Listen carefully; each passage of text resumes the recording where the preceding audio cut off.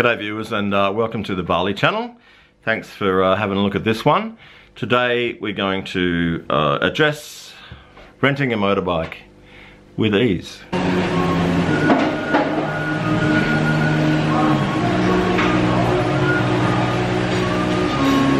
Finding somewhere to rent a motorbike in Bali is very, very easy in all of the main tourist areas. What we're talking about is a scooter, and it's 125cc. You're not going to need anything else. Like, you might want to have something else, you might love to have something else, but if you check your insurance, at least from Australia, and I can't speak for other insurers from other countries, the maximum cc capacity for any scooter, even though you might have a full motorbike license, is 125cc. If you rent anything over that, you're not covered. So check your insurance. That's with Covermore that I'm talking about. So check that.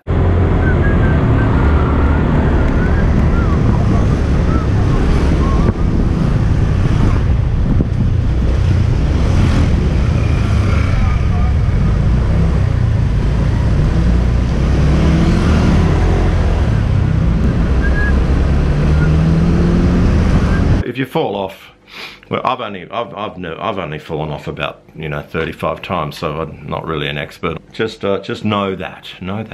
Motorbike rental is available everywhere in the streets and at most hotels these days, and it's usually one owner, like one guy that owns 3 or 4 or 5 bikes. I'm not going to say which one is better because I've done it all. Like, literally, I've hired from the dodgiest looking guys in the street to the sort of supremo people, from getting it from an Australian mate's recommendation, which was the worst motorbike I've ever had in my whole life.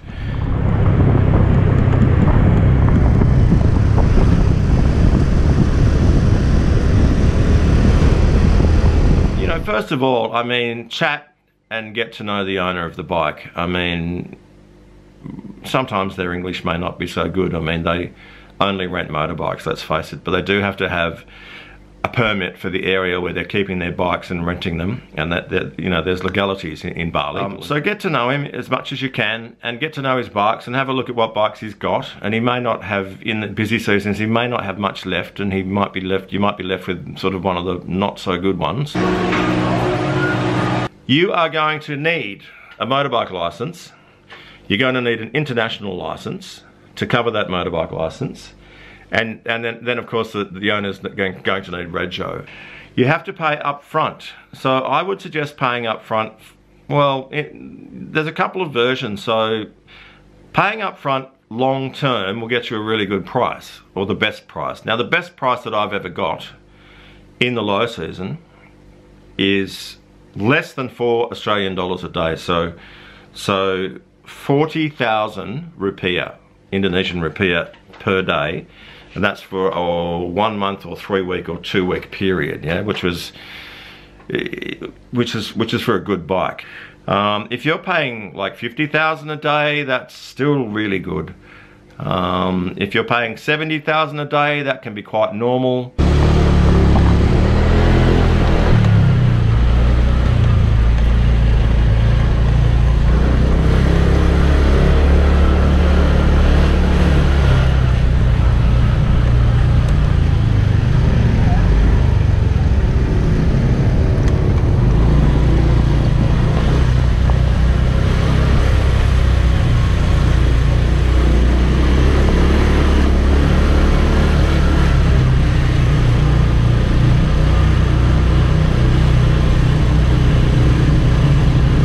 The other option is, if you don't want to sort of negotiate something like straight up front, because the longer that you have it, the cheaper that it'll become. But if you're not in the mind to do that, then you can maybe just rent it for a day or 2 days, take it for a ride. And the reason is, motorbikes are like they're electric start, so there's that. So make sure that works over the first day. And the next big one for me, probably firstly, is suspension, because there's a lot of, in the back lanes, the gangs, there's a lot of speed humps. And one that I got was just bottoming out, and I rang the owner and said that, and he said, oh yeah, no problem. I said, but I'm really worried about, like, I'm damaging the, you know, the big kickstand. No problem, because the suspension was stuffed. Okay. The next thing is the headlights. Like you need decent headlights, especially if you're going to be going to Ubud at night, or, you know, traveling around the island. So that's a biggie. So there's new bikes, the Vario, the Honda Vario, I would recommend, with LED lighting. So those are a really good bike. And there are different sizes of bikes. So there's like what they call a girl's bike and a men's bike, because so the bigger the scooter, then the sort of more sturdy, powerful, not powerful, but more torquey and stronger and sort of betterer it will be. I just made up that word, betterer. It's definitely going to be in a dictionary next year.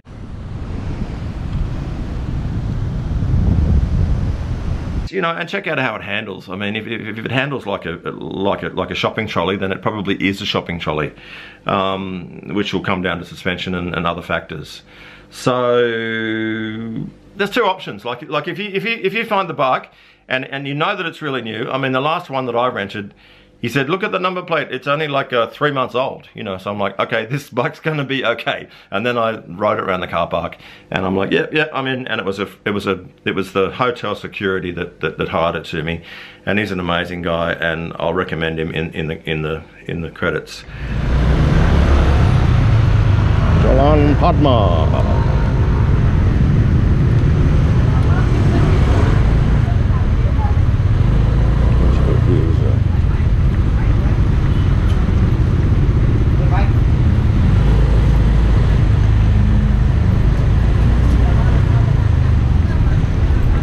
Usage. First of all, have some respect for your owner's bike. I mean, don't be trying to trash his bike. You're going to have to return it in the condition that you got it. The same as any rental car in your country.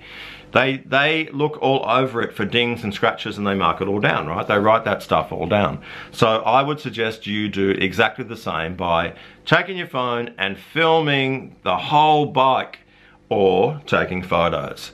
Not in a weird way, but just go, okay, let's make a record of like when we took it, and then, you know, talk about whatever you can, and go, okay, yeah, there's a bit of a scratch there, or, I mean, you know, last time I think I said the brakes were just, we did up the nut to just tighten up the brake handles a little bit. And other than that, I said, you know, how am I going to recognize it? And then he put, you know, he had a sticker on the front, but he put some little sort of tires on it that I could easily recognize it when I parked with the 1 gazillion other motorbikes in the morning, day, noon or night. So is that in the morning? In the morning? Noon or night. You need to lock it when it's parked, because you're a tourist, right? And people are watching. There's theft in all countries, so there's an extra little lock on the scooter, on the new Varios, that scooter Honda. So it's lock, and then lock it, push, turn again, and then like the key slot is now no longer visible, it's covered, and you turn the key around, and on the start of the key, there's a little thing that you just go click, and you open the key slot, and then you put the key in. So you need to think about doing that. You know, unless it's parked out the front of a restaurant that you're sitting in and you can see it, or whatever. Just use your own discretion. Had a pair of Ray-Bans in the motorbike overnight. Forgot them. Left them here, parked here. Still there. No problem. Bali. You need to keep your helmet mostly like in the seat. So you open up the seat that you've been sitting on, and you can fit a helmet in there. I think that's really important, because, you know, you should really buy yourself a decent helmet. I mean, you might get an okay helmet with the bike, and take that, but probably find a helmet shop which are, like, they're called Helm, H-E-L-M, Helm. And so you can just ask, like, where can I buy a helm, you know, and people will show you. You can buy some fashion helmets, or you can buy a Standard National Indonesian, SNI, Standard National Indonesia, which is the new standard for the quality of the helmet. If you can bring one from Australia or from your country, even better. Like, get a full face, do whatever you need to do, because There's going to be obstacles on the road like dogs and chickens and kids and stuff, you know. But I just go over there and I buy one from the local helm shop, which cost me about $20. So you keep your good helmet in the seat, and if you're going out at night and you expect to meet a friend, or you might, you know, I mean, you might just be in a bar and, like, you know, get a taxi and, oh, I got a bike. So you can keep the second helmet, like, just on the mirror, you know, on the front of the bike, and don't be afraid of losing it, because you're only going to be down $20. But if for your good one, put it in the seat. Filling up with petrol is going to be easy, because you can get petrol, which is called benzene, from so many little stalls. It's in bottles. It looks a bit dodgy, but the bike owners are happy with the quality of that petrol, so you don't need to worry about that. They'll put it in for you. So you, again, you open up the seat, petrol tank is in there, or else ideally go to a petrol station. Of course, the prices are going to be cheaper at the petrol station, right, than they are at the corner mart, because they want to make something out of it for their trouble, which is understandable. And now we're talking about maybe a full tank might cost you $4, I think. I'm guessing on that one, because I'm always just topping up, you know. But it's so cheap to run a bike, it's probably going to cost you that for a week. It's like $4 or something for the petrol side. If you sort of turn off any little back street in Inglewood, you'll find some rice paddies. It's not exactly an off-road bike, but we're getting there. Riding the bike in Indonesia, it's tricky, and like the roads just tend to merge. So if you're riding and there's no oncoming traffic, then everyone can just sort of do their own thing until there is some oncoming traffic, and then you kind of go, okay, we probably need to get out of the way of this bus. You'll see people hopping up on the footpath when the traffic is loaded. I do it myself.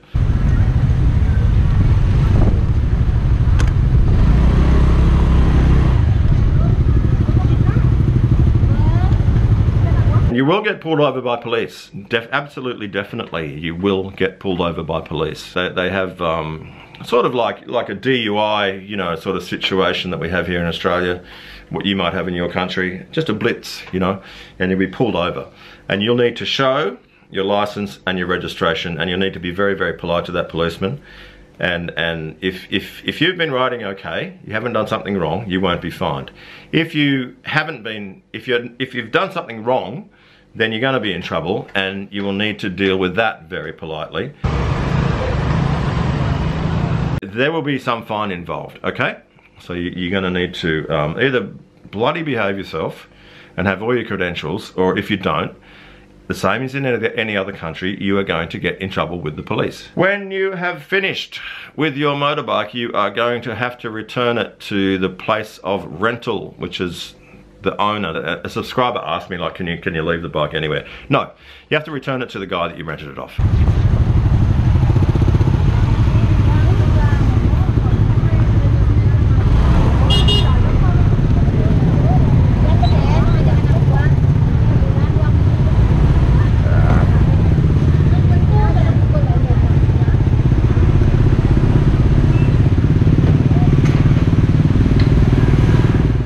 Here's the facts, Jack. Sorry to disturb you, but 500 people die on motorbikes. Well, it's building up to 500 every year. 500 fatalities per year in Bali on motorbikes. Okay, most people ride motorbikes, right? But Bali's not a very big place. Yes, the population is huge, but, you know, okay, here's another one. Some fantastic news for you all. Every 9 days, an Australian dies in Bali, right? Every 9 days. So what I do on the 9th day is I stay in my hotel room and I try to be really safe. Imagine how many tourists die every week. I mean, if it's one Australian every 9 days, then how many frickin' tourists come to a sudden end? And a lot of it's motorbike, some of it's dengue fever, some of it's a lot of infection, because you're in the heat, and so if you get the tiniest scratch or bump, deal with it straight away. I mean, I had a scar here for sort of 3 months, just because, like, it was a bit itchy and I scratched it. I'm sure I've forgotten a million things, so you know, feel free to tell me. I'm sure I have, but I'm trying to cover all bases. But hey, let's just go for a ride and enjoy it, and enjoy Bali. And hit the subscribe button as you have been doing, and hit the bell button to be notified of the latest vlogs.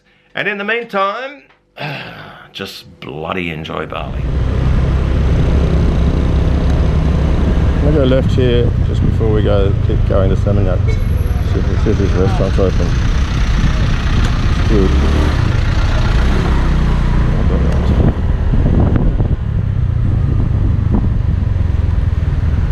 Hello, how are you? Ada makan pagi ya? Ada makan pagi? Ada. Eggs. American breakfast. Yeah, thank you.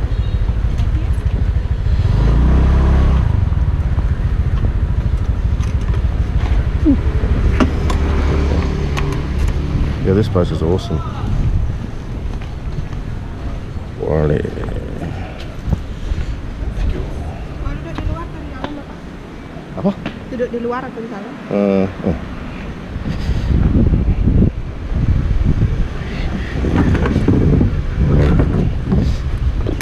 I ate here the other night, but mostly I just wanted to give a shout out to Rick and Trudy, who I ran into. I just was going into a restaurant and they said, "Oi, you got that guy on YouTube, that bloke on YouTube." They didn't quite say it like that. So hi, yeah, Rick and Trudy, hope you're doing well, even though you're not here anymore. Hopefully be coming back soon, and I'll hopefully see you guys again. Thanks for subscribing, thanks heaps, it means a lot. And we had a great time hanging out for about however long it was. I almost didn't get dinner that night because we sat there talking for so long. You guys are awesome, so nice to meet you. Thanks very much. This is the best breakfast here, like I thought that it might be, as the dinner was. And also, it's the first restaurant that I've been to in 3 months in Bali that actually the salt works. It's usually you can't get salt out of the container. Go have rice in there because it's so humid in Bali. It's like amazing. How do they do that? They must fix it every morning or something, I don't know. But this place is really, really cool. And I'll tell you what the name is in a minute when I find out. It's right opposite the beach.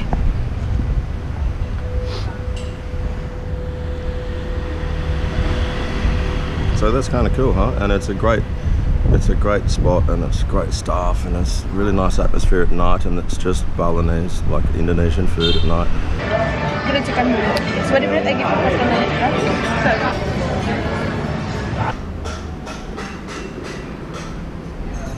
What's the name?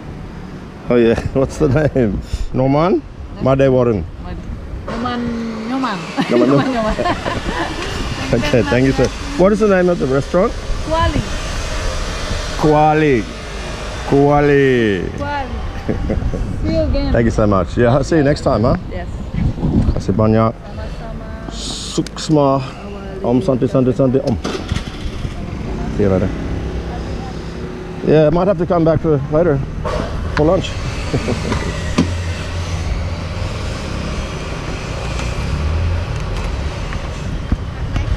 You too.